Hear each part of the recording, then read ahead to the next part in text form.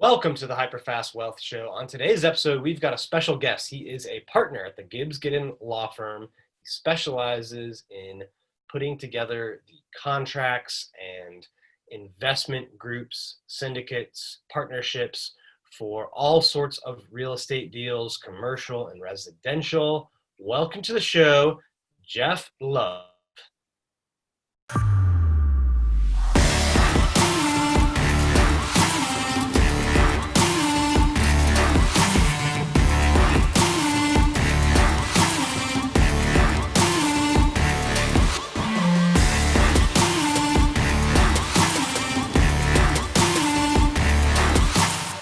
All right, welcome to the show, Jeff. Thanks for being on here.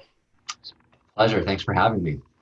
Yeah, and so just so our listeners know, you're coming today. We're on Zoom. I'm on the East Coast over in Florida, and you are over on the West Coast, correct? I am in, at least today, sunny Southern California, Redondo Beach, actually, from my new home office.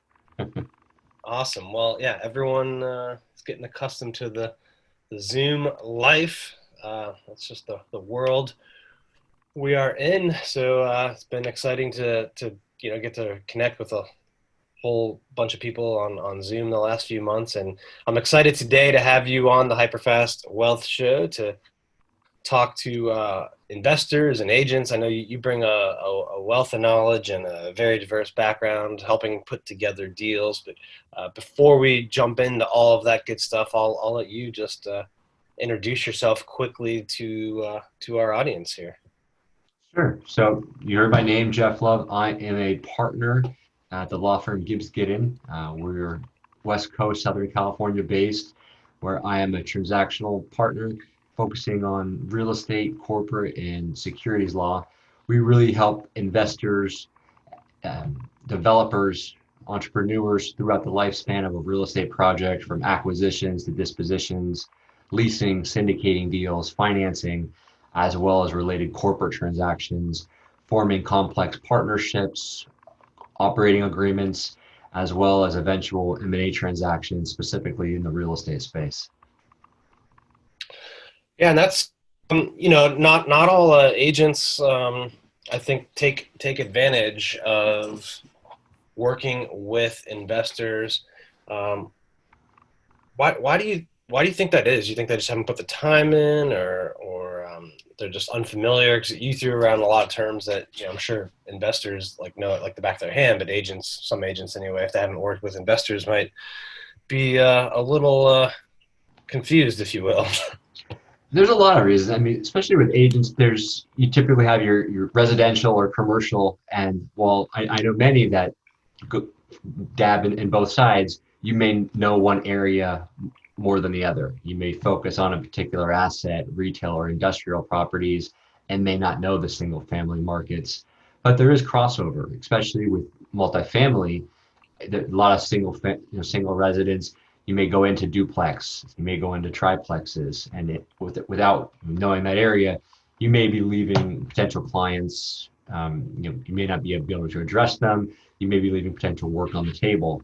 But it is important, I really think, especially with the agents that we deal with, is to understand the market that you are working in, whether you are going to focus specifically on single family homes or small multifamily properties, that you know the area, you know the industry, so you're able to properly advise those real estate investors or your potential clients.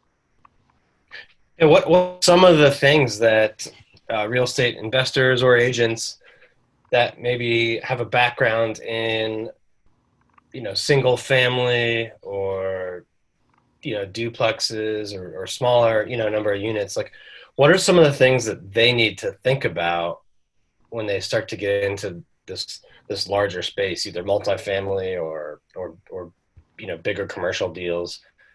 What kind of things do they need to look at the deal itself, and then from a legal perspective as well? One of the first things is to kind of understand that when you're dealing with an investor rather than a homeowner that's going to live in the property, it's an investment. So now we're just not looking whether we like the fixtures in it. The house appeals to us. We like the feng shui of the house. You're buying it for an investment. So you're looking more at cash flow. You're looking at potential appreciation. what type of tenants are you going to be able to attract? What type of financing is it if there's available? If it's less than 4 units, you're really dealing with residential paper versus 5 and above. Now you're in a commercial loan, which means no more 30-year fixed mortgages, still great rates, but a different type of loan you're getting.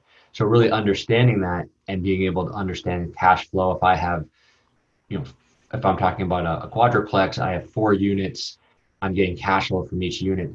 How does that correlate into the price? And one of the things you'll hear a lot about with investors is cap rate, which is your capitalization rate, which is a formula derived based on the net income of the property related to the purchase price. And that's one metric that real estate investors can use to compare potential properties. So you'll really want to start getting into not the lingo, but understanding these metrics and formulas that real estate investors use to be able to compare competing properties. Because it's not, it's not necessarily the size of the property or the location, while still very important. It's more, what's my cash flow? What are these using renting for? What's my yearly appreciation or my increase in rent from one year to the next? What are some of the biggest pitfalls that you see people make when they're looking at commercial deals or multifamily deals? I think on the same point, it's not understanding the market. It's we get so many first time investors, not just in multifamily, but real estate investors in general. Whether you're buying an industrial office condo, a shopping center, an office building, is you really need to kind of understand what you're doing. And people, you see a lot, especially example, flipping a home. That's single family homes, but you're doing it for an investment to profit. And you'll watch shows like HGTV, and you'll see how it seems so easy to flip these homes and make this investment. And we'll get clients that have done it and run into problems because they didn't underwrite it properly. They didn't budget how long it really takes to get the contractor out there to do the work. And then they didn't underwrite, well, I have a loan, so I need to budget those carrying costs and the opportunity cost of my capital. We've had a lot of investors, lose money because they didn't understand it and really didn't look at it from this bird's eye perspective to understand everything that goes into it. It's a business. Really understanding that process, and also understand, not just from an investment standpoint, but when you're doing construction, is understanding how to have oversight over a contractor to make sure everything is done and completed on time. Hey, hold that thought. Do you want to get 100 tips for free from my best-selling real estate book, The Hyperlocal, HyperFast Real Estate Agent? If you do, go to hyperfasttips.com and you can download 100 of my best tips today. Again, that's hyperfasttips.com. You can download 100 tips on how to grow your business, get more clients, deliver more value to more people. Go to hyperfasttips.com. Yeah, those are all like great points. I think people might miss if they don't have experience in it yet. So, what are the best ways that people can learn how to not miss out on these calculations or these costs that they might not know of, right? I think it's one of them is doing what your listeners are doing right now. You're listening to podcasts, you're educating yourself, is really, learn. It's part, before you actually get the hands-on experience, it's getting that education, and it's understanding what you're doing. So, listening to a podcast like this where you're understanding, I need to be on top of my contractor. I need to understand these rates as an agent, talking maybe to fellow agents that are in that multifamily space and seeing, what they know, to learn from them.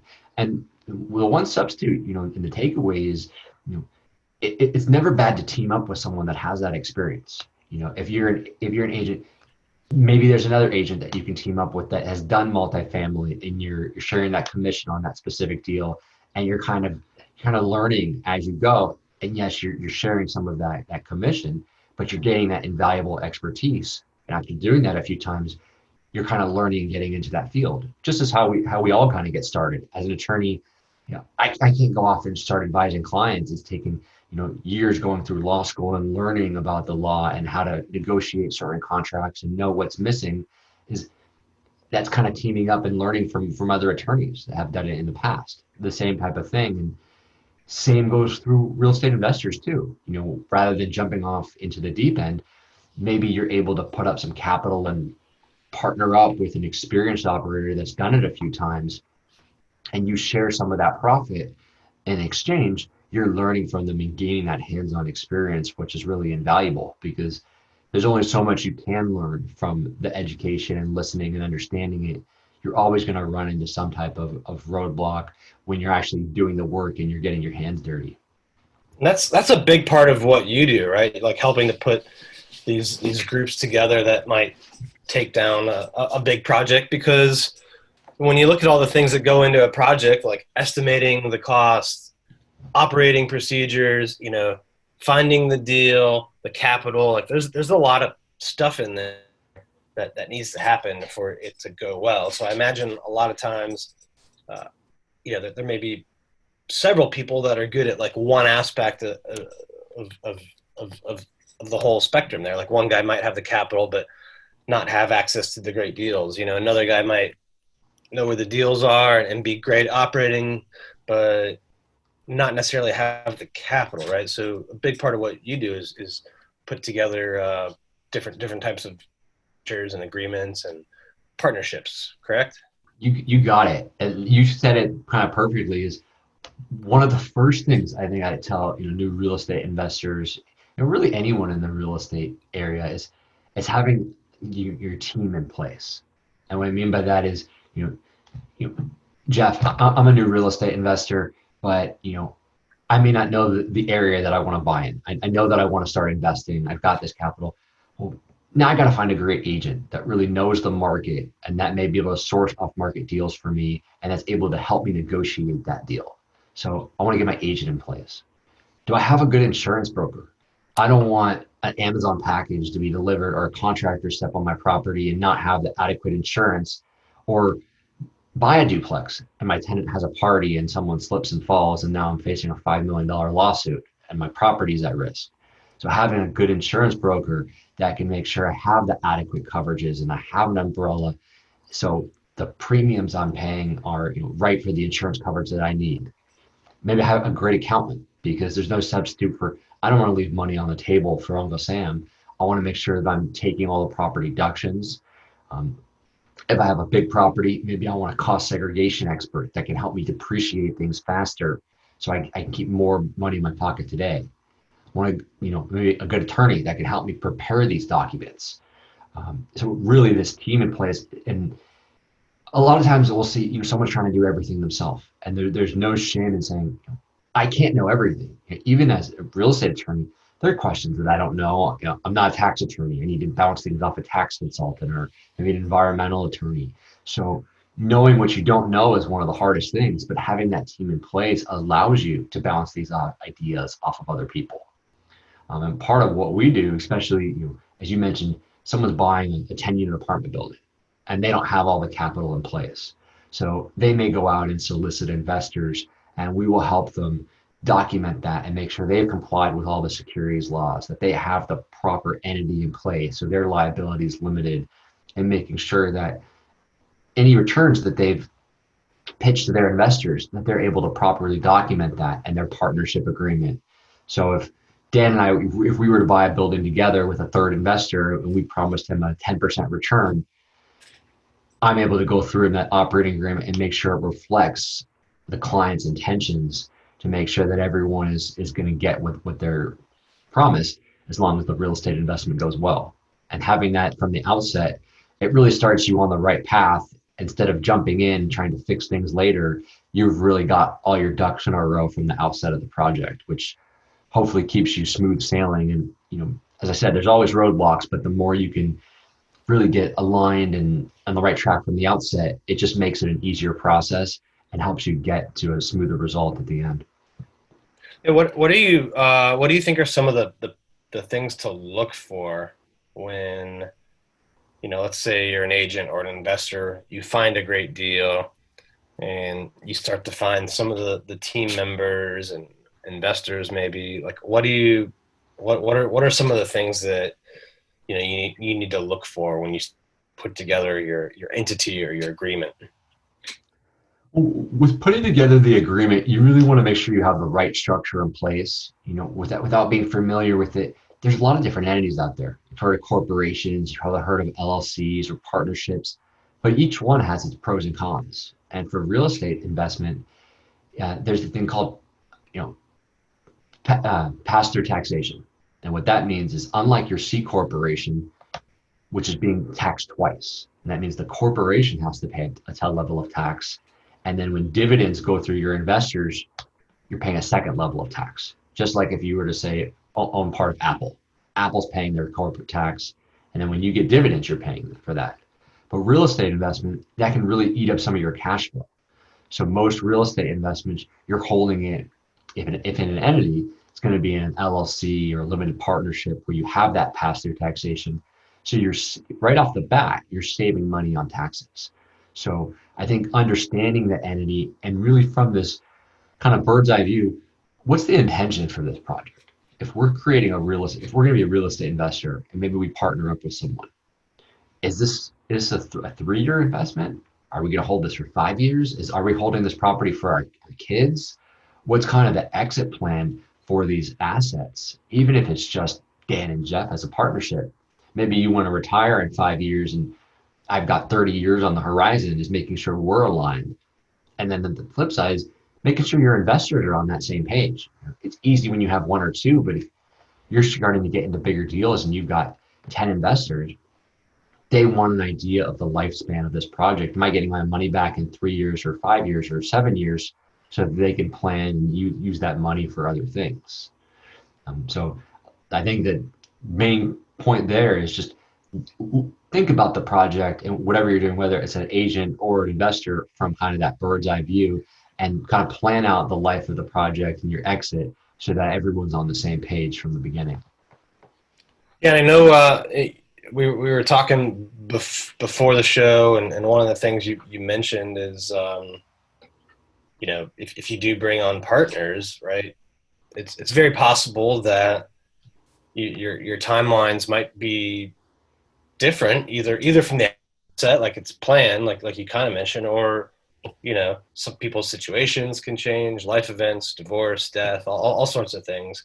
What are the ways that you potentially deal with that if you or your investors' timelines change and diverge over the course of the project? There are several different ways. If it's an investor, a lot of times you may leave. There may not be a requirement that you redeem that investor's equity, but if we had an investor in our Dan and Jeff project, they say, I've had this life event, I need to move. One of the things that we could do is go out and try to find another third-party investor to take their place. We can redeem our current investor and replace them. Another thing that you may see a lot is called a buy-sell agreement, and that's if Dan and Jeff, we had our real estate company and we were going out raising money from investors, and something happened to Jeff. Jeff passes away. You may not want to be in business with my wife or my kids, so you want to be able to take my equity out of the company, and that's what a buy-sell does. Is it lays out certain specified events, and upon the occurrence of those events, you may have to purchase the equity of your partner. So if someone dies, the company's required to repurchase their equity, whether immediately or over time, or if someone's disabled or someone wants to go travel the world or the country. These events are triggering, and you've kind of agreed to them up front, almost like a prenup. If something happens, this is what everyone gets, and this is what's going to happen.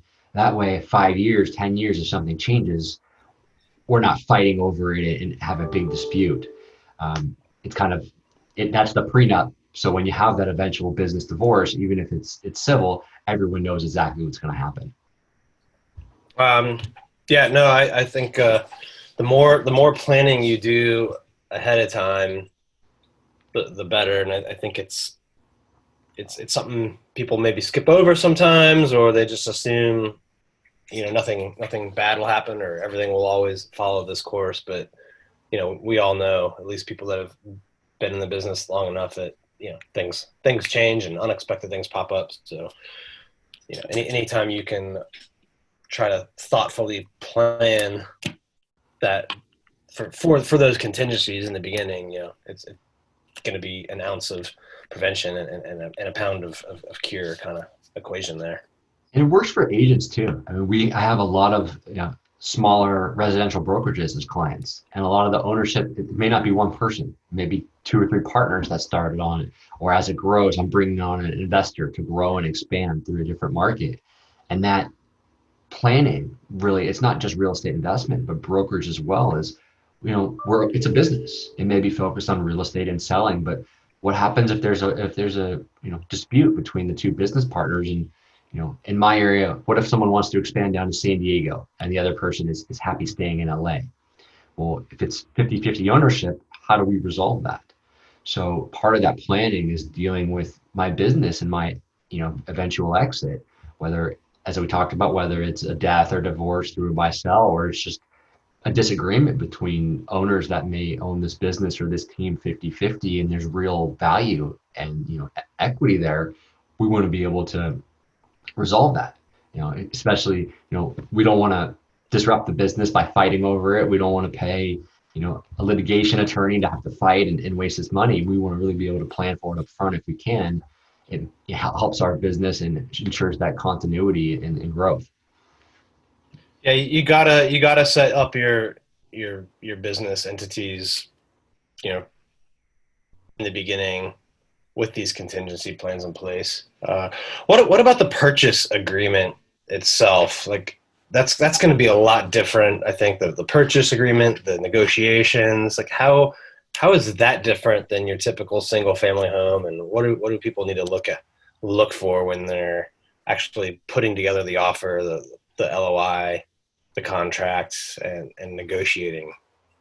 They're completely different animals. I'll give California as an example. We use our California Association of Realtors form, kind of form document. And as an agent, not licensed to practice law, we don't really want to monkey around with the agreement because we don't want to run afoul of that restriction. So as an agent, we're kind of filling in the blanks, property name, price, basic terms.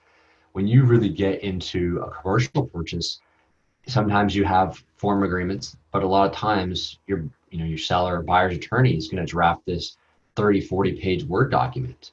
And as the agent, you want to be able to understand it so you can help guide your client, but you want to be careful of that gray area. You don't want to advise them too much as to certain provisions because you don't want the liability, not just the fact that you're not licensed to practice law, but if I tell my client one thing and it turns out not to be true, I don't want the liability from that. So my job was to put the parties together, guide you through diligence.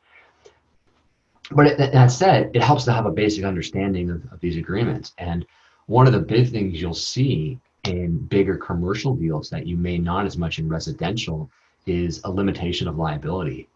And what that is the seller is saying, buyer, you do your own due diligence. You're going to be happy with this property by the time you waive your contingencies. If you close, I have this limit on liability, whatever it is, 2, 3, 4, 10% of the purchase price. Anything above that, you don't have a claim against me. And the only thing that I'm representing are my written representations and warranties in this purchase agreement. So something my broker told you, I'm not liable for that. Something you heard from a consultant, I'm not liable. I'm liable for these reps. And what the representations may say is, to my knowledge, I'm not aware of any environmental contamination. I'm not aware of any breach by the tenant. I have the authority to enter into this transaction. Certain kind of fundamental representations about the seller's knowledge. And that's an important thing for both sides, because the seller, with any seller, when I sell it, I want to either be able to exchange into another property, I want to cash out and walk away. I don't want this lingering liability hanging over my head. So I may also put in a time period. If you don't sue me within 12 months, you waive the claims. The flip side, if I'm the buyer, I want to have as much protection as possible. So beyond doing my own due diligence, I want to push to extend these time periods. I want to get as many reps and as broad of reps as I can. So that's probably one of the biggest areas of negotiation in commercial deals, is kind of the friction between the seller and the buyer with these reps and the knowledge of the property And that's why due diligence is so important. And in California, our residential standard, at least in the car form, is 17 days. But for commercial deals, you'll often see 21, 30, 45, 60 days to do this due diligence, because you're not just going and seeing if you like the property. You might have to get in and see tenant units. You may be doing a phase one environmental assessment. You may be getting a survey of the property. So it's a lot more work and documents and due diligence to review. So you want that time period. So when you're negotiating commercial deals, the LOI is important, because that's when typically you're not just submitting the purchase agreement. You're doing an LOI, especially with bigger deals, where I'm outlining what's my due diligence period, what's my closing after that. Seller, what documents are you going to give me to review? Other important kind of items like that. Do you have a phase one that you're going to give to me to make sure everyone's on the same page before you go and have this big purchase agreement drafted? What are some of the things that people should look for when they're thinking about their due diligence? You mentioned a number already, but is there anything else that you think stands out? One of the big items, and we're seeing, you see a fair amount of pushback depending on the size of the property, is what's called an estoppel certificate. And even on smaller deals, even a multifamily deal, a commercial deal, even a single family home that may be tenant occupied, is what that is it's a certificate that the tenant signs, and it says, this is my lease is what it is. Here's my lease. I paid rent through this month. I have a $5,000 security deposit. I don't know of any defaults on the landlord's part. There no first refusal, or I don't have the right to buy the property. And why that's important is hence the name, it stops the tenant from denying what they're saying. So if the tenant tells me that they have 1 year left on the term, they can't come and tell me later in 6 months, hey, the landlord actually promised me I had 5 years on my term and I only have to pay $100 a month in rent. And that piece of paper, you said, no, you represented it there. You can't deny that. And what a lot of investors and agents don't understand is it's really important to get it from the tenant, because if you don't, you may have the seller sign it in their stead, but then you have a claim against the seller instead of the tenant. And as many sellers do, once they sell, they may take the money out of the entity. They may go invest it somewhere else. Now you're having to chase down the seller for the money, and you're still stuck with that tenant paying $100 a month for 5 years. So it's important to realize that the value of some of these documents that you can get in your due diligence period, whether it's a single family home with a tenant or it's a 500 unit apartment building, and how many of these estoppel certificates can I get, and the timeline that I need to be able to get them. Another quickly related item to that is what's called a subordination, non-disturbance, and atonement agreement. You may have heard it's SDNA. And what that does is with your lenders are almost always going to require them, because depending on the size of the tenant and the type of the property, because the lender wants to be in first position in terms of priority of their lien. So if you don't pay them their mortgage, they can foreclose and they can take the property. But a lot of times you'll have a lease already in place, and the lender, when they come in, they're going to be subordinate to that tenant. So what they say is, owner of the property, you need to have your tenant and you need to sign this subordination agreement. So the tenant is going to be in a lower priority in terms of me, lender, and the title records. And a lot of times tenants may not be required to sign it under the terms of their lease. They may have 20 days to sign it. So when you're looking at these contingency periods, you want to be aware of what the tenant's rights are, so you don't waive contingencies, and now you're up against this closing date and your seller is saying, I'm not giving you more time, and now you're between that rock and a hard place where your money is hard, but you don't have all the documents, or you may not have your financing lined up ready to close. Hey, that's a great thought, but let me get to this question that I just got from one of my followers right to my phone. By the way, did you know you can text me at 703-215-1684? This is a new thing I've rolled out. I'm letting my listeners and people that subscribe and follow me on social media connect with me directly to my phone on text message. It's me answering them and responding. You can ask me anything about real estate, investing, business, whatever. Just text 703-215-1684 and I will respond to you. Yeah, I mean, in general, there's just a lot more to look at and a lot more to examine. So you need to allow for more time and just know that you're going to have to put in a little bit more work up front than your typical residential deal. It's just kind of the nature of what it is. They're different. They may be, the price may be higher, maybe not, but you may have two tenants. There's other things that go into it. And then you have similar concerns too. As an agent, you may not have to, client may not ask you, but for almost universally, you kind of want to get title insurance. Do you understand what the title report is? And if your client asks you a question, you can always say, you can talk to your lawyer, but having that basic understanding of what a title report is, what exceptions mean, what endorsements are, so you're able to sound knowledgeable to your client. A lot of times when we get involved as attorneys in residential transactions, at least in California, is there may be something unique. There may be a coastal property in Malibu that has 10 different easements. And the buyer wants to understand, what are my rights to use these? What are my neighbor's rights? There's this tree that's over the boundary line. I don't like the tree. I want to put a cabana there for my pool. What are my rights of that? What do I do with these encroachments on these properties? So really being able to understand this as an agent, or as the agent, you have your own team in place. So if your client says, hey, do you know the answer to this? And you say, no, and I don't want the liability, but hey, I've got this great attorney or environmental consultant or insurance broker that you can connect them with, because then it makes you look good to your client, and you're helping the client, and you're helping yourself by moving the deal forward and helping it move towards a close, because you're getting through these issues. Yeah, knowing who to go to rather than the answer itself is sometimes better in these situations, and it goes back to that discussion up front. Like, you've got to put together a team of experts, and they're gonna, that's the group that's gonna help you get through the due diligence, making sure you're not getting into a bad project or getting surprised later by something you weren't anticipating. What are some things people can do to negotiate the best possible terms? Because I know this, again, may be an area that is different from purely residential, because it's more investment driven, more quote unquote logic driven than your typical single family home purchase. So what are the differences in how deals are negotiated, and what can people do to make sure they're getting the best possible financial and other terms as well?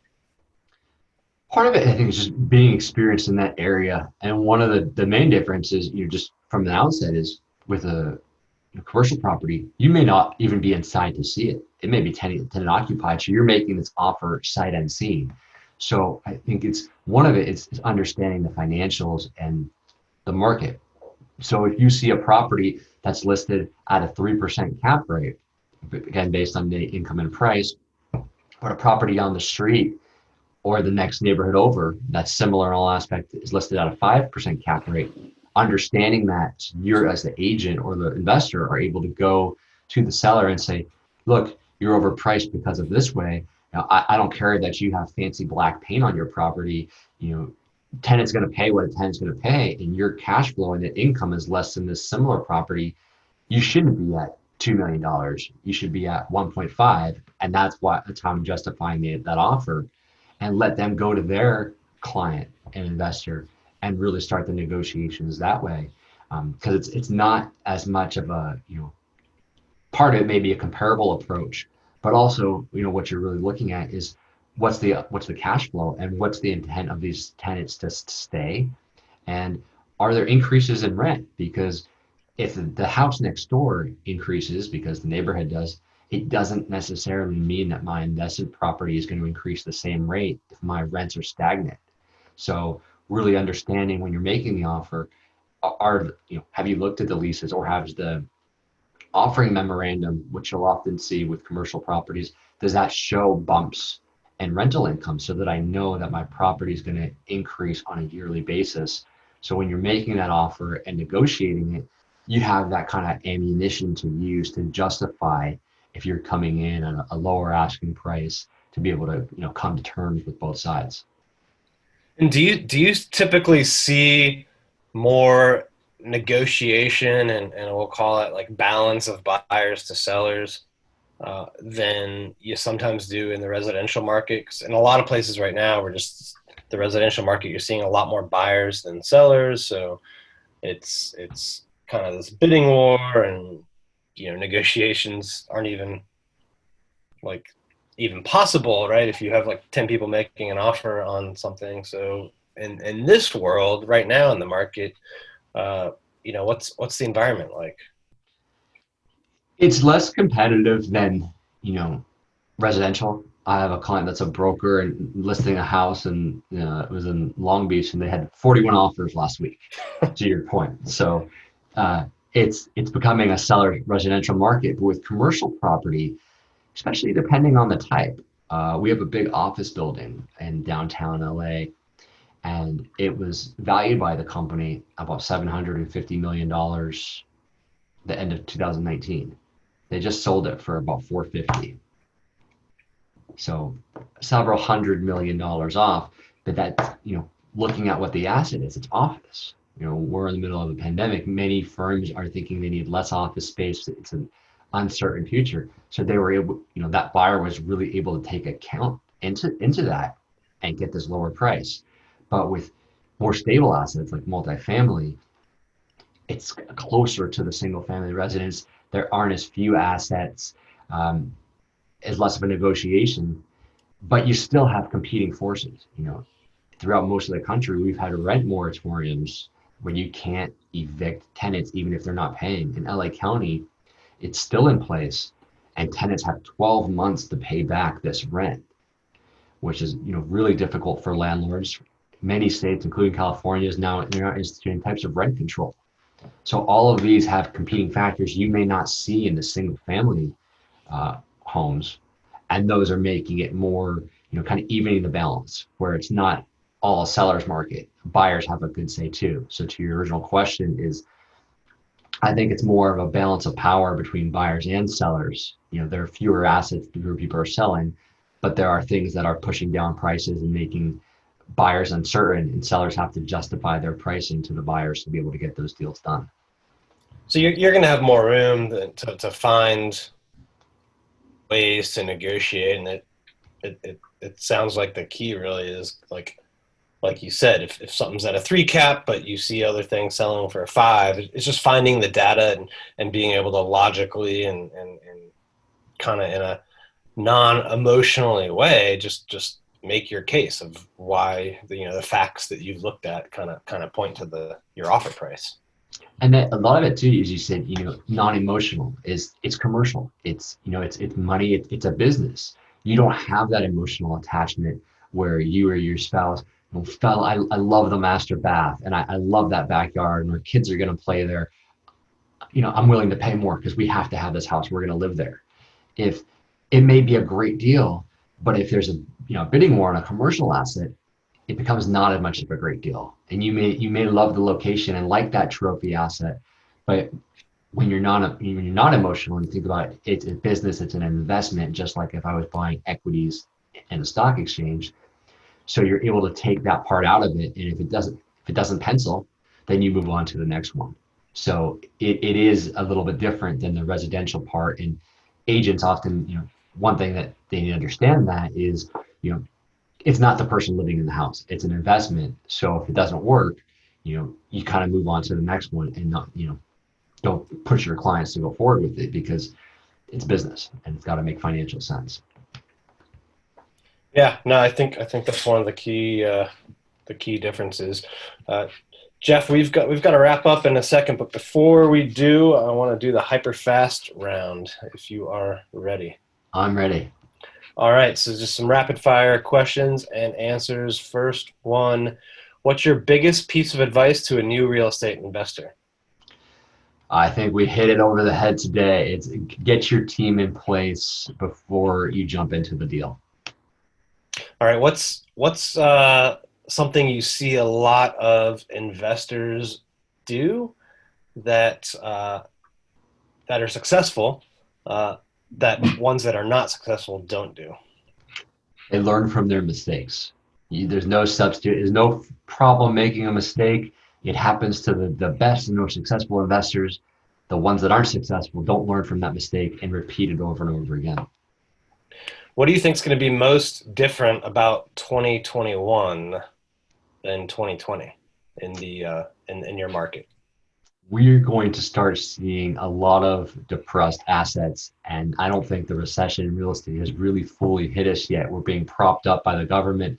Once that starts to go away and you see these waves of evictions and bankruptcies, foreclosures, you're going to start seeing depressed assets and shrewd investors taking advantage of those. What's something that you think an experienced investor sometimes overlooks, or or a mistake that they make that they can prevent, but sometimes it happens more to experienced investors? Getting too complacent is not looking at the everything with the fine tooth, or in super detail. I've done it 1,000 times. I don't need to look at this lease. I know what it says. I know what the purchase agreement says. But then you miss a line and you forgot to send your notice by certified mail and you emailed it, and now your notice isn't sufficient, and you just waived contingencies when you didn't mean to. Okay, when you're not working on a deal or putting together an investment group, where would we find you? What would you be doing? I am probably laying by a beach. We missed our trip to Maui a couple months ago, so I'm looking forward to taking my 2- and 4-year-old back there when we can. Aren't we all? Last one. Where do you see yourself in 5 years? Hopefully the same place. I've got a great group of partners, a great group of clients, so just continuing to build my practice and helping real estate investors across the country take down more and bigger and better deals. All right. Thanks for playing along with the HyperFast round. Thanks for being on the show. Before we sign off, people want to get in touch with you, or have questions, or just connect with you on social media. What are the best ways for people to connect? I'm on LinkedIn. You can find me. Just search my name, Jeff Love. Feel free to email me, jlove@gibbsgiddon.com, and you can check out my website that has a phone number and more information about me. All right. Well, thanks for being on the show, Jeff, and everyone else who's tuning in. Thank you for listening, and we'll see you next time. Awesome.